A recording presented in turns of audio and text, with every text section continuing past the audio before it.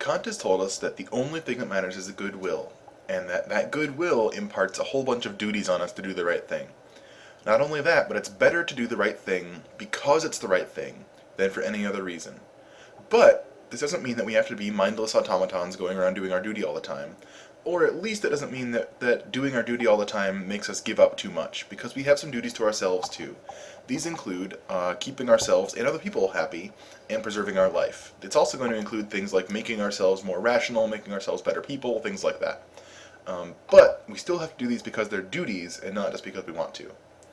So now we need to talk about, Kant thinks, how we judge actions. So duty's importance, how important it is to do your duty, that means we need to change how we look at judging the goodness or badness of what other people do. He's going to say we shouldn't judge what other people do based on how it turns out, based on the results. Instead, he's going to say we can only judge based on what motive they had, even if it turns out terribly. So, you might think of an example here. Imagine a Boy Scout is gonna try to help a little old lady across the street.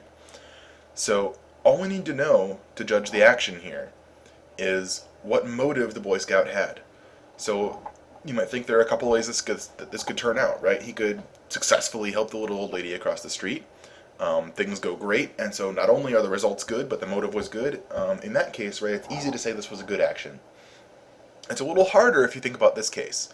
What if, because he helps her across the street, she gets jumped by muggers across the street, where she wouldn't have been otherwise, and so she gets her purse stolen. Right, now it looks like being helped across the street had a bad result, but came from a good motive. Conventionally, we might think, well, man, this turned out pretty badly. Kant's going to say, no, this was good, right? The only thing that matters is a goodwill. The Boy Scout had the right motive, and so he did the right thing. Now, there's something to this, right? Because we want to say, I mean, did the Boy Scout do something wrong just because it ended up going badly? Well, no, but were the results bad? Definitely.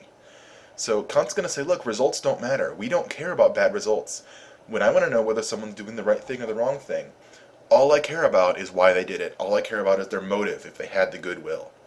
So the most important thing we can do is have the right kinds of motivations. If I wanted to make sure I'm doing the right thing, I need to make sure I have the right motive. And then I need to actually act on that motive. So what are the right motives? We need to figure this out. Well, Kant has what he thinks is a pretty straightforward decision procedure to figure this out. So what are the right kinds of motivations? How do I figure out what my duty is? Well, I know I can't judge based on consequences, right? Those won't do the trick. What we need to do is follow what's called Kant's categorical imperative. And he's going to say that it's this. Quote, I ought never to act except in such a way that I can also will that my maxim should become a universal law. Now, what's a maxim? A maxim is sort of a statement of what you want to do, of sort of when you'll do what you're doing. So you can only do, basically, what it would be okay for everyone to do in the same situation. Let's do this one more time. The categorical imperative says, when I want to figure out what I should do, I need to consider what would it be okay for everyone in my same circumstances to do, and if it would be okay for everyone to do it, then I can do it. If I'm trying to sort of make an exception for myself, I want to say, well, I can do it, but not everyone can, and everyone else in the same circumstances. Remember, so it's not that I'm an expert and they're not, something like that. If everyone in the same circumstances wouldn't be allowed to do it, I shouldn't do it either. So Kant's going to give us an example here. On the categorical imperative, he's going to say, I can't ever make a promise I don't intend to keep.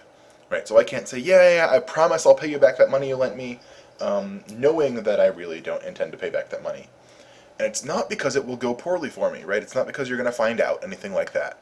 Right? It could be in my own best interest to make this false promise so you give me some money for free. The reason I can't do it, right, is because I can't will that everyone would do it. And it's not because this would go really badly, right? It's because this would be sort of a contradiction. Imagine what it would be like if everyone made lying promises all the time. So anytime someone asked for money for a loan and promised they would pay it back, they were lying. Right? Promising would just become useless, right? Why would you believe anyone anytime they made a promise? We would just stop making promises because no one would believe anytime they said they were going to make a promise. So Kant's going to say, because if everyone did this, promising would break down. I can't do it. Even in this one circumstance, because it would be wrong for anyone to do, it's wrong for me to do. We'll talk some more about this in our next video.